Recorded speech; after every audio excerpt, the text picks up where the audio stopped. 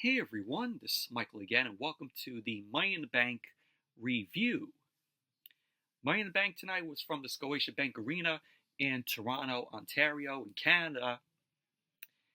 And I know I didn't do a SmackDown review last night, and it's because the show was absolutely worthless. Nothing happened on SmackDown last night aside from DIY, Johnny Gargano, and Tommaso Ciampa defeating Grayson Waller and Austin Theory to win and become the new tag team champions. But what a moment it was for Gargano and Ciampa.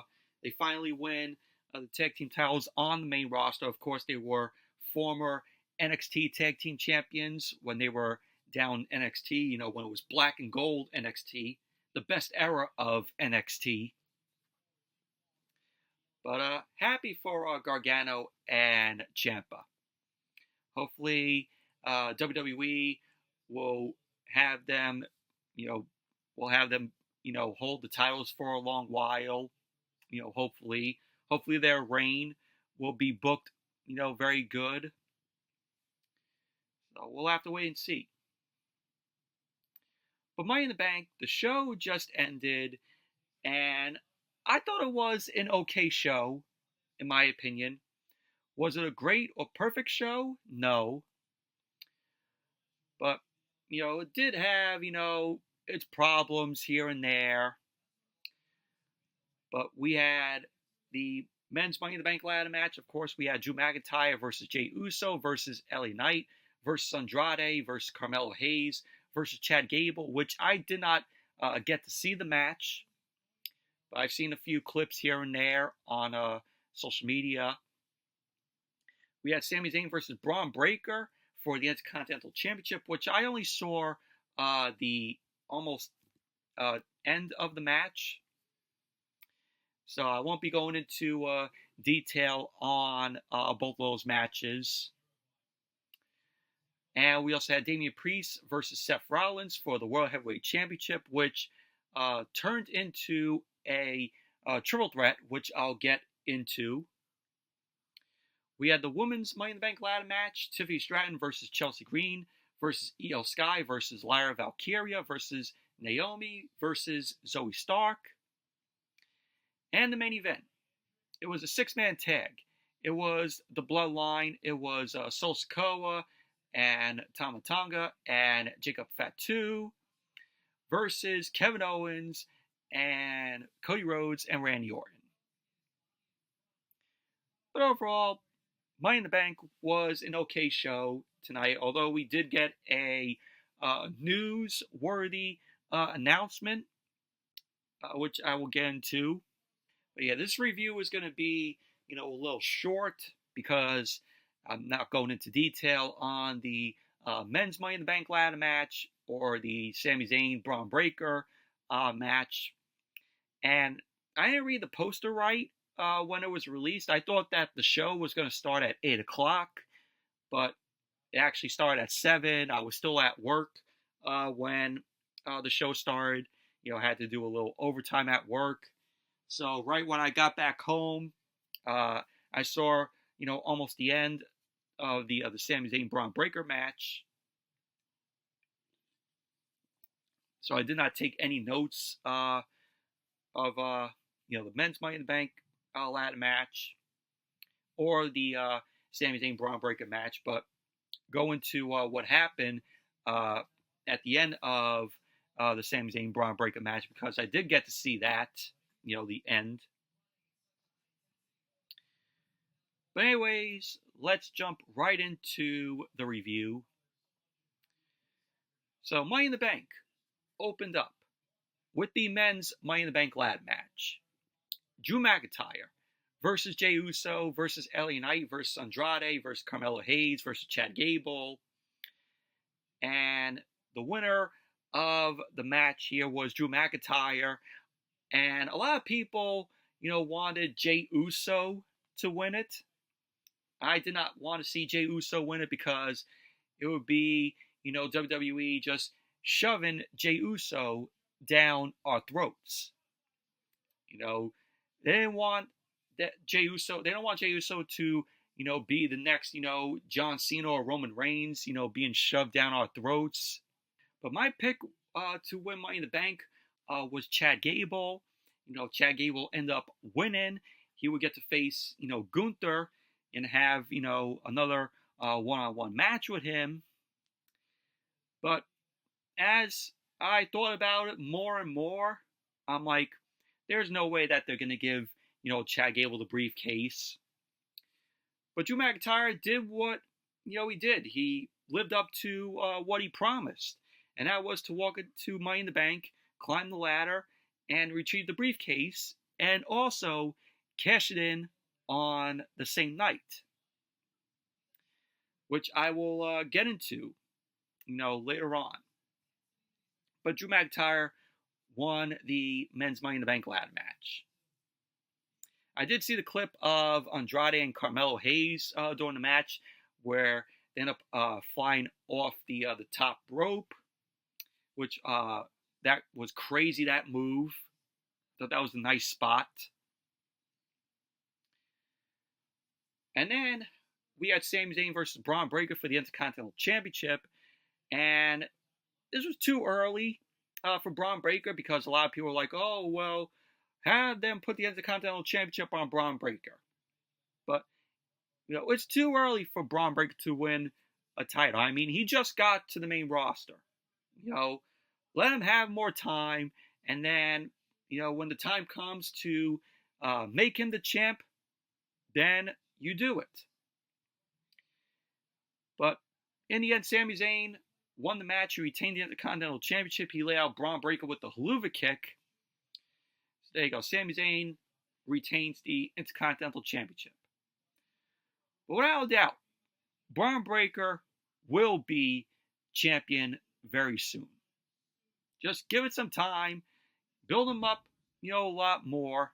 And then when it's time to put him in another title picture, then you pull the trigger on Bron Breakker. I mean, the guy is a beast, and I like, when he is featured on TV, and, the crowd is, doing the barks, for Bron Breakker. So Bron Breakker's really getting over with the crowd. And then we had Trish Stratus. Of course, hometown girl there, Hall of Famer, and she was the host of Money in the Bank tonight. So she ended up coming out to the stage. She got on the mic. She ended up saying that as the hottest with the mostest, she wants to know if the crowd was having fun. To which the crowd ended up popping.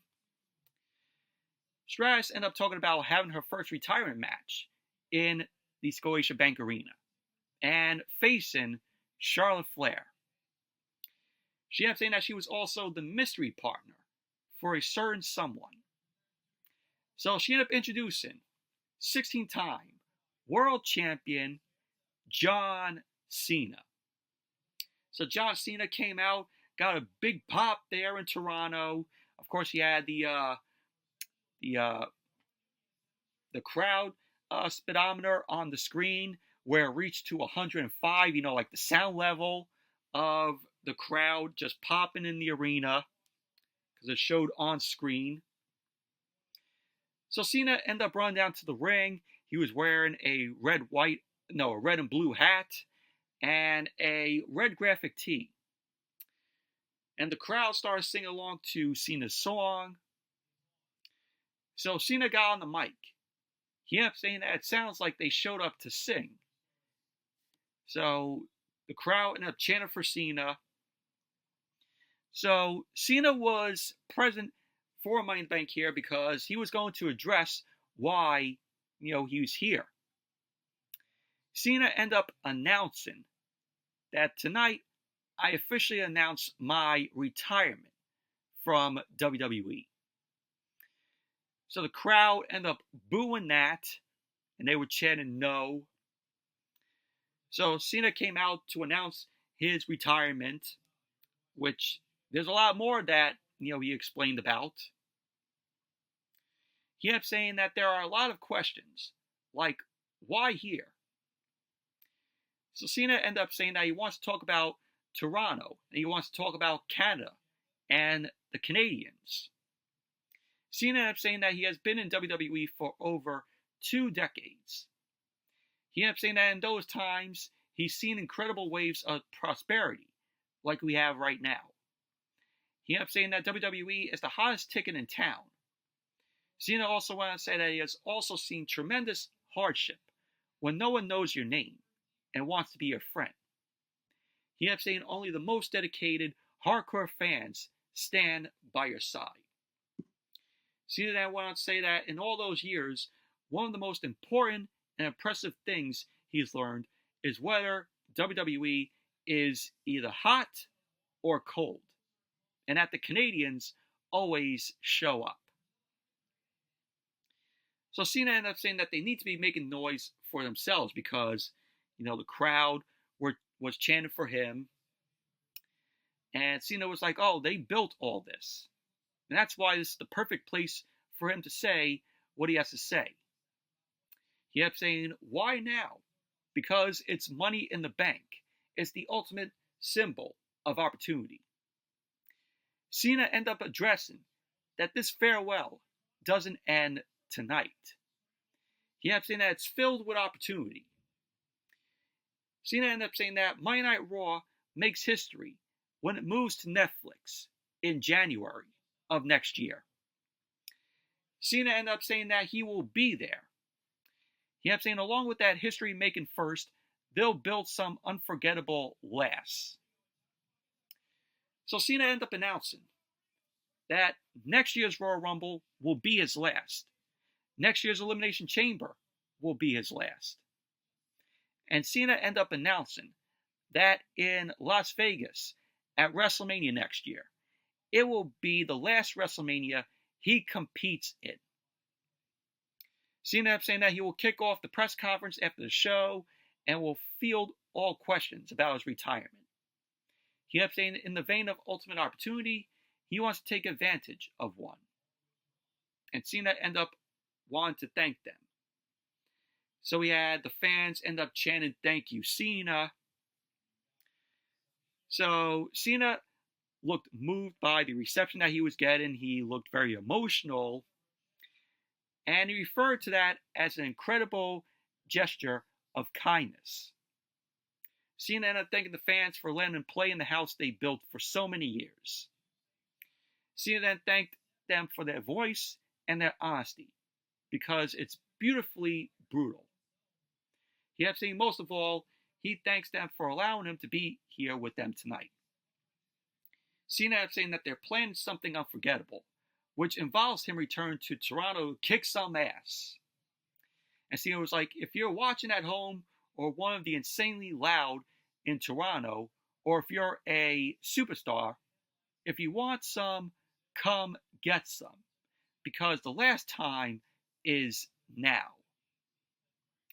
So CENA, music ended up playing, he got out of the ring, and pretty much that was basically how the segment ended. But overall, this was a shock.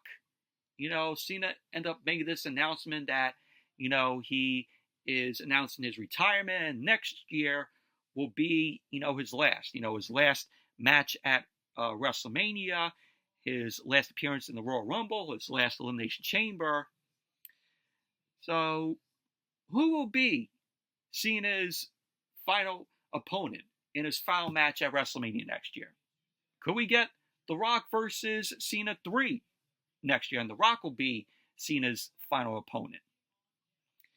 I was thinking in my head, and I know that this won't happen, it would have been cool if Kurt Angle was CENA's last opponent, before he retires. He started with Kurt Angle when CENA made his debut in 2002 on SmackDown.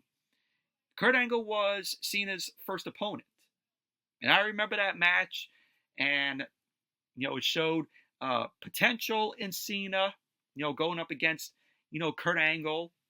And they had a good feud together, John Cena and Kurt Angle. One of my favorite underrated feuds. Like, not many people nowadays talk about CENA and Kurt Angle. So, but that would have been cool if that happen. But obviously it won't.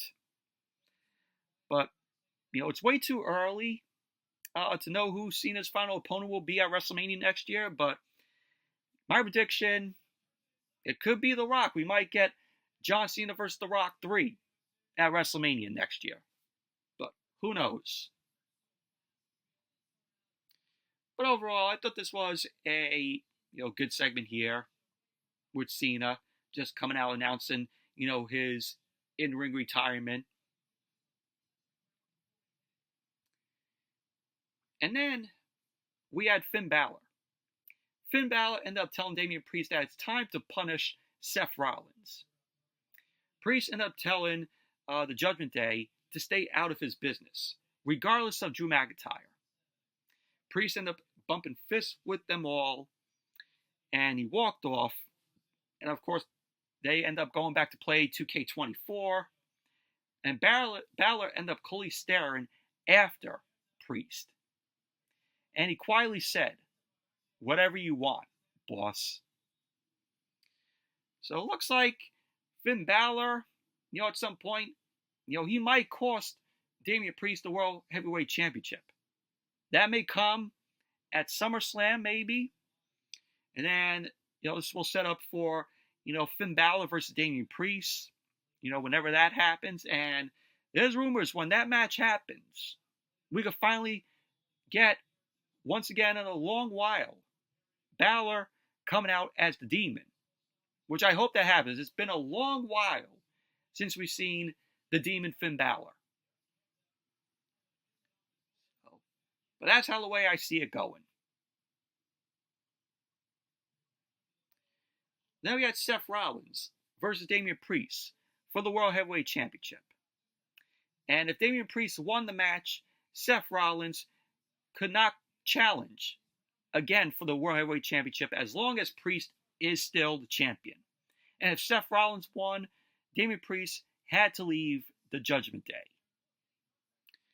And this was a good match here. Match ended up getting underway. Priest ended up avoiding the super kick from Rollins. Rollins avoided a knee from Priest, and he ended up going for the pedigree, but Priest ended up getting out of that. Rollins ended up finding out the South of Heaven from Priest, and both guys started trading blows to each other. Rollins ended up going for a Falcon Arrow, but Priest countered that into a Broken Arrow, which I thought was a good spot there. Priest started punching away at Rollins in the corner. He ended up laying in a forearm to Rollins' face. Priest connected with a flatliner, and he ended up going for the cover, to which Rollins kicked out. Rollins then pulled himself up in the corner. Priest then delivered a running back elbow to Rollins.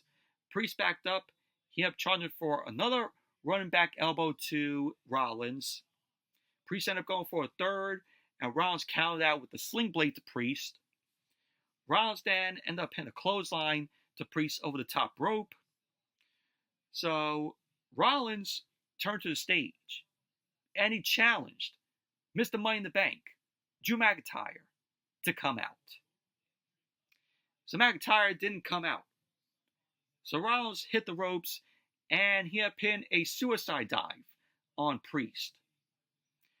Rollins then got into the ring. He hit the ropes for another suicide dive to Priest. Rollins ended up getting in the ring, and he connected with a third suicide dive to Priest, which sent Priest over the commentary table. Rollins then got Priest back into the ring, and he ended up going for a springboard diving knee to Priest, but Priest moved out of the way. Rollins avoided a strike, and he ended up super kicking Priest. Rollins then connected with the springboard rolling senton to Priest, which was then followed up by a lion salt. He ended up going for the cover, and Priest ended up kicking out. Rollins ended up going for a blow to the back of Priest's neck, but Priest ended up avoiding it. Priest then connected with a headlock driver on Rollins, and Priest ended up going for the South of Heaven. Rollins ended up countering that into a Hurricanrana, to which Priest ended up kicking out. Priest popped up, and he laid Rollins out with a clothesline. Priest kept looking at the entrance to see if McIntyre was going to come out to cash in the Money in the Bank briefcase. Priest then ended up going for the Razor's Edge to Rollins, but Rollins ended up sliding out of that. So Priest ended up going for a springboard. Rollins ended up slamming Priest out of midair. Rollins then ended up kneeing Priest in the face, and Rollins followed up with a huge frog splash to Priest. He ended up going for the cover, to which Priest kicked out. So Rollins looked at the entrance, still waiting to see if Drew McIntyre was going to come out to cash in the briefcase. But Rollins ended up grabbing Priest, ended up hitting a rolling forearm to Priest's jaw. Rollins ended up kicking Priest in the knee and elbowed him in the back of the neck. Rollins then ended up charging at Priest, but Priest dropped Rollins on the apron. Rollins then knocked Priest back and climbed the ropes. Priest then cut Rollins off with a right hand. He started punching Rollins and headed to the top rope. Priest then set up for a super hurricanrana, but Rollins ended up sliding out, and he ended up catching Priest with the buckle bomb. Rollins then ended up charging for a stomp to Priest. Priest countered that with a sit-out powerbomb. Priest ended up going for the cover, and Rollins ended up kicking out. So Priest started punching away at Rollins from his knees. Priest slapped Rollins in the face, and that fired Rollins up. So both guys started brawling in the center of the ring. Priest ended up getting fired up. He avoided a super kick from Rollins. Priest then kicked away at Rollins, and Rollins then super kicked Priest back. Priest then ended up hitting a spinning roundhouse to Rollins. He then ended up going for the South of Heaven, but Rollins again countered out of the South of Heaven, and he delivered a pedigree. So Priest countered with a back body drop to Rollins. Rollins popped up, ended up delivering the stomp to Priest.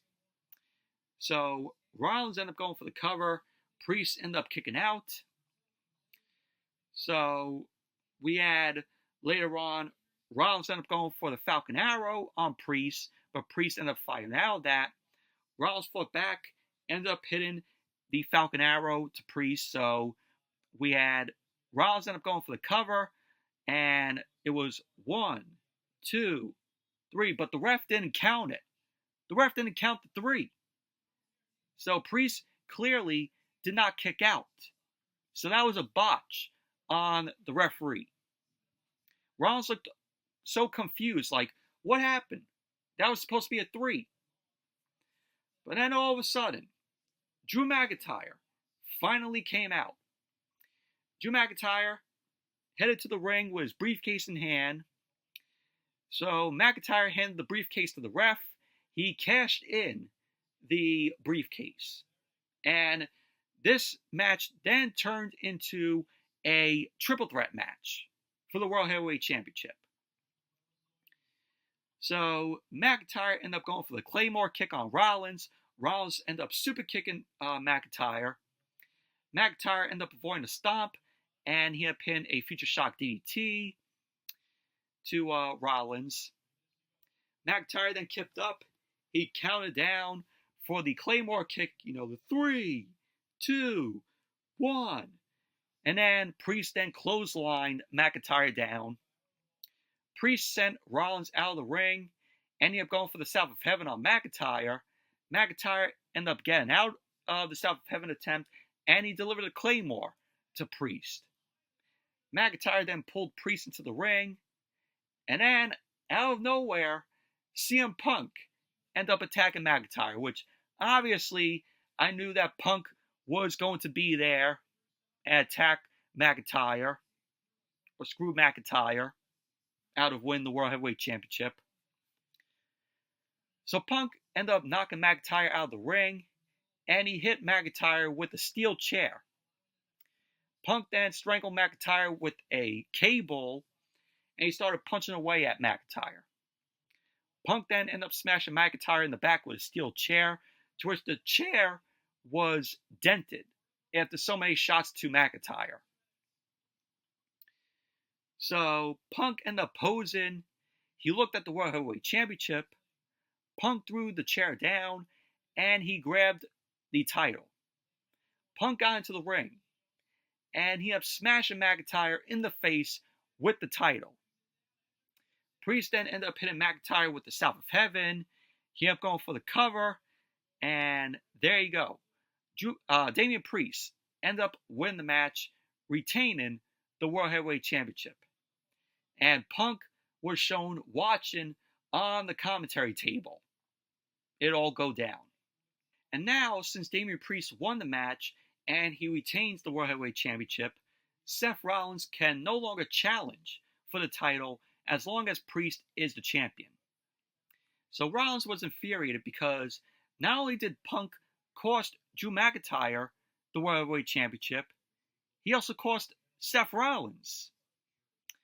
So, like I said, Rollins was infuriated. Corey Graves stopped Rollins from approaching Punk. Of course, Rollins had major issues when Punk came back to the company. Punk coldly ended up staring at Rollins. So Punk then turned his attention to McIntyre, and he looked pleased at taking McIntyre out because he took out the man who attacked him in his home state of Chicago on SmackDown, where McIntyre ended up bloodying Punk up in the parking garage and then taking Punk's bracelet off. But overall, it was a good match. But, McIntyre cashing in the briefcase, and then this happens. The Money in the Bank briefcase is wasted yet again. So, of course, Damian Priest will defend the World Heavyweight Championship against Gunther at SummerSlam because Gunther won that opportunity for winning the King of the Ring tournament.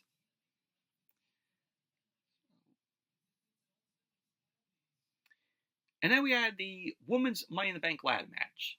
Naomi versus Zoey Stark versus Lyra Valkyria versus Tiffany Stratton versus Chelsea Green versus Io Sky. And surprisingly, this was a okay match here. It was a bit sloppy in parts.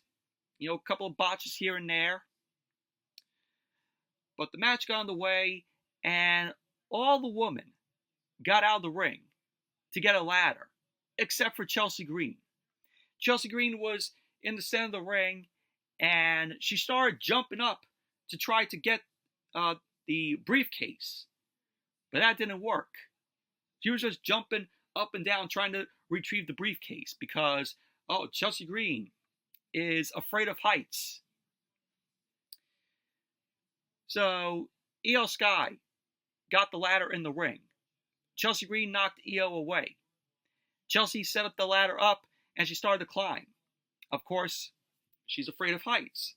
Of course, home country girl there, Chelsea Green, got a big pop there. Chelsea got off the ladder, and she tried to use the ladder to knock the briefcase loose so she didn't have to climb the ladder. I'm like, yeah, that's going to work. So Chelsea used the ladder to knock Naomi off the apron, to which Zoey Stark ended up meeting that same fate that Naomi ended up meeting as Chelsea Green used the ladder to knock her off. Io then ended up taking out Chelsea with a springboard missile dropkick. Io grabbed the ladder. Tiffany Stratton ended up cutting Io off. Io ended up kicking Tiffany Stratton down and put the ladder in the corner. So Stratton ended up attacking Io. Io started to fight back. And the crowd was behind Tiffany Stratton here. The crowd was chanting Tiffy time. And, I love how Tiffany Stratton is over with the crowd. She deserves it. The girl is a star. So Io ended up doing a few handsprings, and she showed up Tiffany Stratton. Io ended up sending Stratton into the ladder in the corner. Io ended up drop-kicking Stratton into the ladder, and she ended up hitting a Meteora into the ladder to Stratton, which was crazy. Lyra ended up getting in the ring. She hit Io with a slam into the ladder, which was brutal. Absolutely scary spot there. Lyra ended up saving Io from being spiked on her head because that could have went, pretty terrible. Io being spiked on her head on the ladder, that could have gone bad. So Lyra ended up going for a rope walk DDT, but she ended up losing her footing on that. Io ended up keeping Lyra up, and Lyra ended up pulling off the tornado DDT to Io. Lyra ended up crushing Io with the fisherman suplex onto the ladder, which that had to hurt. Lyra ended up setting up the ladder, and she ended up stopping to dropkick a ladder into Chelsea at ringside. Zoey Stark ended up pinning Lyra with a springboard missile dropkick. She then super kicked Lyra in the mouth, and she delivered a German suplex to Lyra. Zoey Stark then connected with a clothesline to Lyra. Lyra got up and attacked Zoey Stark. Stark ended up catching Lyra, attempted a springboard maneuver, and she put Lyra on her shoulders. Zoey Stark ended up delivering a Samoan drop to Lyra onto the ladder, and Lyra ended up hitting hard on the edge of the ladder, which that was brutal. So we had later on Tiffany Stratton end up attacking Naomi. Stratton ended up hitting a Alabama slam onto the ladder to Naomi. So the crowd was just over Tiffany. They were chanting Tiffy time. Stratton ended up driving the ladder into Io Sky in the corner and trapped Io in the corner with the ladder. Stratton walked onto the ladder and headed to the top rope. Stratton then ended up hitting a Swanton bomb onto both Naomi, Zoey Stark, and Lyra at ringside, which was great. So Chelsea ended up getting into the ring. She had a tall ladder. Chelsea set up the ladder, and she started to climb the ladder, but Io ended up knocking the ladder into Chelsea. Io ended up slamming the ladder into Chelsea's face, and Chelsea rolled out of the ring. Io climbed the ladder, but Lyra pulled Io off and quickly climbed the ladder. Io ended up pulling her feet out and put her in the Tree of Woe on the ladder. Io ended up stomping away at Lyra's face.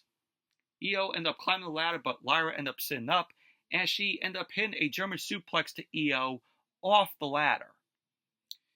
Stark then ended up kneeing Lyra in the face. Zoey Stark and Tiffany Stratton then climbed the ladder on opposite ends, and they began exchanging blows at the top of the ladder. Naomi ended up setting up a ladder next to the one in the ring, and she ended up pulling Stratton down. Naomi ended up climbing using both ladders, and Zoey Stark and Tiffany Stratton ended up pulling the ladder apart, stretching Naomi out, which was crazy. So Zoey Stark ended up attacking Naomi. Naomi countered with a tornado DDT. Naomi then climbed the ladder. Tiffany Stratton ended up attacking Naomi and pulled her down. Stratton then ended up sending Naomi out of the ring. Naomi landed on a ladder at ringside. She then swept her feet and pulled Stratton out of the ring and sent Stratton into the LED barricade. Naomi ended up going under the ring, and she pulled out a table.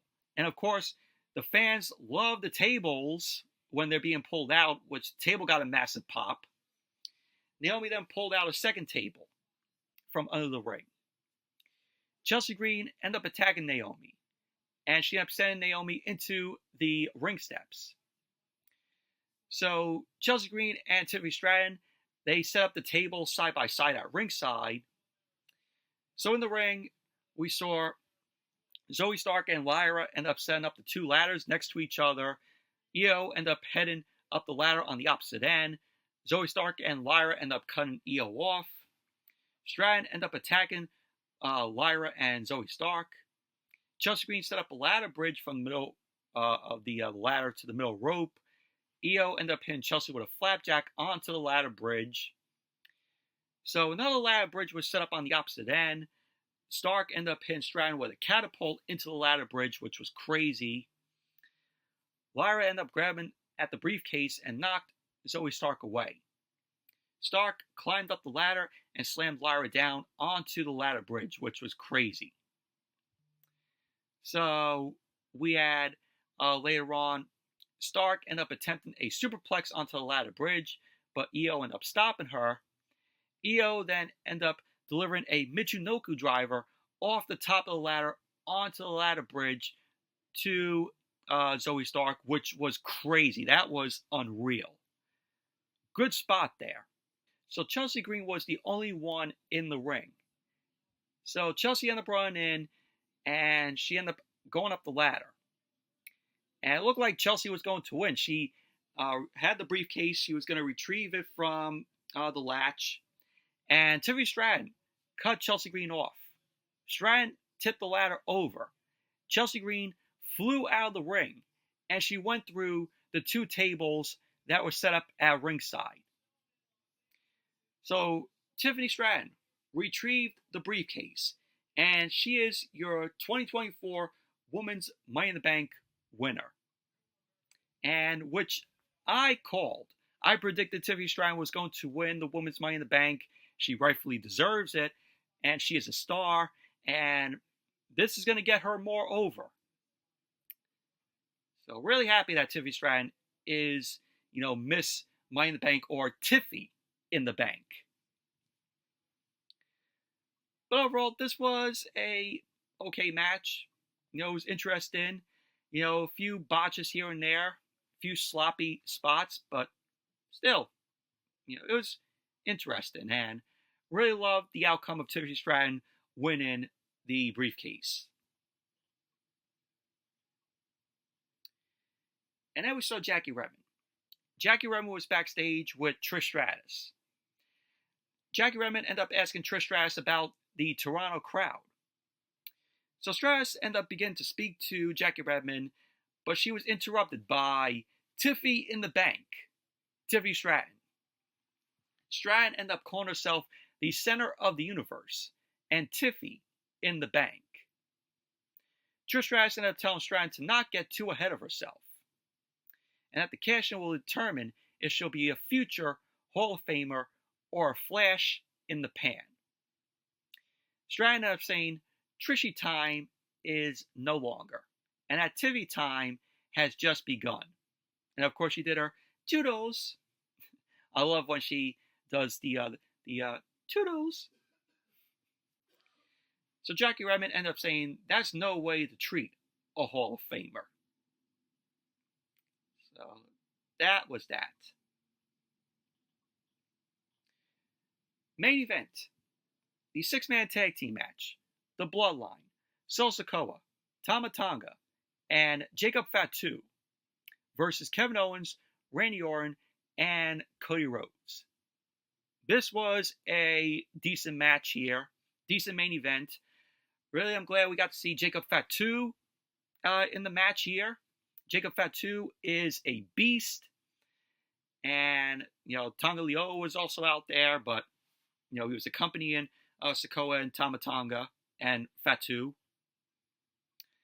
So before the match began, of course, the fans were chanting, "We want Roman." They're going to keep chanting, "We want Roman," until he possibly returns at SummerSlam. And when he returns, he's going to get the hugest pop ever. And I think that's when we're going to see Paul Heyman again. I think Paul Heyman's going to return with Roman Reigns, because Paul Heyman is the wise man to Roman Reigns, and Paul Heyman sees Roman Reigns as his real tribal chief, not Solo Sikoa. So Cody Rhodes started off the match, and we had the fans end up chanting "Fuck you, Solo," which, glad that it wasn't censored. So Solo Sikoa ended up starting the match off against Cody Rhodes. Sikoa circled the ring, and then he tagged in Tama Tonga. So Tama Tonga and Cody Rhodes end up squaring off. Both guys end up locking up. Rhodes powered Tama Tonga to the corner. Tonga ended up giving a clean break to Cody. Cody ended up doing a stand switch into a headlock. Tonga ended up whipping Cody off, but Cody ended up sliding through Tama Tonga's legs, and he uppercutted him. Tonga ended up fighting back. He whipped Cody into the corner. Cody ended up booting Tonga back and connected with a running bulldog. Cody then wrenched Tonga's arm and tagged in Kevin Owens, which, Kevin Owens, it's sad because last night on SmackDown, he ended up talking about his mom, who is fighting for her life in the hospital. Prayers go out to Kevin Owens' family. Hope his, mother has a speedy recovery. So Kevin Owens was stomping away at Tama Tonga, got a massive ovation because, of course, it's in his home country. Kevin Owens started wildly punching at Tama Tonga in the corner. He shouted, "Suck it, bitch," to the rest of the Bloodline, which that was funny. Cody then tagged back in. He punched Tonga in the forehead. Cody ended up pulling Tama Tonga up in a delayed suplex position. And then he ended up pinning a front suplex to Tama Tonga. Randy Orton ended up extending his hand. He was then tagged in, got a big ovation. And Orton ended up punching away at Tama Tonga. He ended up doing the 10 punches in the corner to Tonga, culminating with an uppercut.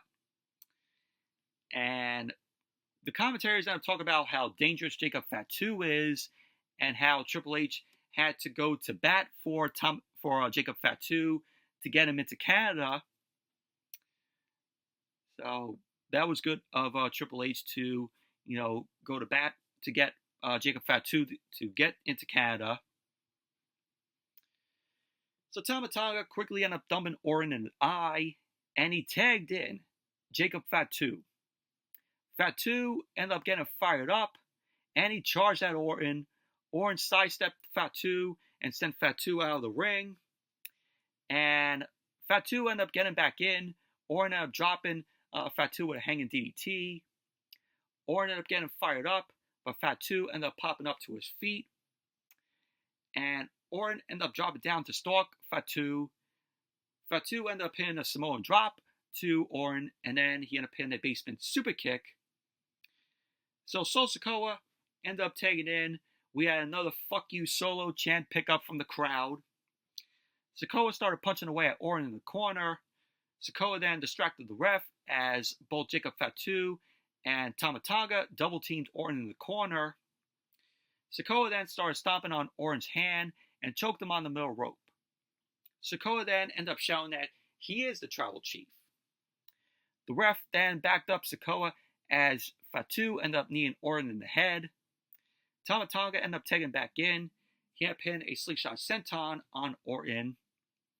Tonga started punching away at Orton, but Orton ended up dropping Tama Tonga with a back suplex.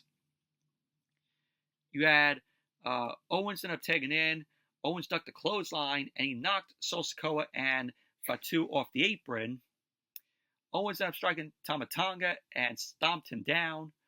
Owens ended up punching Fatu off the apron. Tonga then reversed the whip, and he lowered his head. And he ended up eating a kick from Owens. Owens ended up taking Tama Tonga down with a clothesline. Jacob Fatu got on the apron. Owens ended up knocking Fatu off the apron again. Owens then hit Tama Tonga with a cannonball in the corner. He headed to the top rope to deliver a swanton bomb. Owens ended up going for the cover on Tama Tonga, but Fatu ended up breaking up the pin. Fatu started punching and headbutting Owens, and then he ended up dragging Tama Tonga to the corner. Jacob Fatu ended up tagging in. Jacob Fatu ended up attacking Owens and had him down on the canvas. Fatu ended up headbutting Owens a few times and whipped him hard to the corner. So later on in the match, once again, Jacob Fatu was distracting the ref. Sikoa ended up taking it to Kevin Owens. Owens ended up challenging Sikoa to hit him hard. Owens responded with some punches, but Sikoa ended up wildly punching him down. So later on, Cody ended up ducking a clothesline from Solo Sikoa. Sikoa ended up taking out the ref. Cody then connected with a crossroads on Sikoa. Owens headed to the top rope as Cody ended up holding Sikoa down. Owens then ended up hitting Sikoa with the frog splash. Orton got into the ring and he stalked Solo Sikoa. Sikoa got up and Orton ended up dropping Sikoa with the RKO. Cody ended up going to ringside. He cleared off the commentary table. Both Cody, Orton, and Owens ended up going for a triple powerbomb on Solo Sikoa through the table, but Jacob Fatu broke it up. Fatu superkicked both Owens and Orton. Fatu ended up charging at Owens. Owens sidestepped Fatu, and Fatu ended up splashing the ref down into the ring steps. So the ref got taken out by Solo Sikoa, and then he got taken down by Jacob Fatu into the ring steps. So ref had a bad night here at this point in the match. So Owens ended up super kicking Fatu, but Fatu didn't go down. Owens then ended up hitting Tama Tonga with a stunner on the floor. Kevin Owens then used that large Prime Energy bottle that's at ringside, and he hit Jacob Fatu in the head with that Prime Energy bottle to lay him out on the table. Owens then stood on the barricade, and he delivered the frog splash to Jacob Fatu on the commentary table, and Fatu went through the table. Owens ended up getting Tama Tonga in the ring. Owens ended up going for a package powerbomb, but Tonga Lioa ended up low blowing Owens. He low blowed Owens twice. Owens ended up running in. He had pinned Tonga Lioa with the RKO. Tama Tonga ran in. Orton delivered the RKO to him as well. Solo Sikoa then took out Orton with the Samoan Spike. Cody ended up ducking the Samoan Spike from Solo Sikoa and attempted Crossroads. And he ended up hitting 2 Crossroads to Solo Sikoa. But Jacob Fatu cut Cody off on the 3rd Crossroads with a twist and senton off the top rope. So Fatu ended up pinning Cody with the Impaler DDT. Jacob Fatu held Cody up, and Solo Sikoa ended up dropping him with the Samoan Spike. Sikoa ended up going for the cover as Jacob Fatu got the ref into the ring. The ref began to count, and there you go. Solo Sikoa and the Bloodline ended up winning the match. Post-match, Jacob Fatu put the Alafala around Solo Sikoa's neck, and the Bloodline ended up standing at ringside. They headed to the back as Cody, Owens, and Orton end up getting up in the ring, and that was how Money in the Bank went off the air. Overall, this was a decent main event here. I like that we got Jacob Fatu in the ring. I liked what he did here in the match. But decent match it was. But overall, Money in the Bank was an okay show this year. Aside from the men's Money in the Bank briefcase, being wasted this year again, still, it made for a okay show. But anyways, that's it for my Money in the Bank review. Thank you all for watching. Hope you all enjoyed this review. Definitely give the video a thumbs up, comment, subscribe, and until next video, I'll see you all later.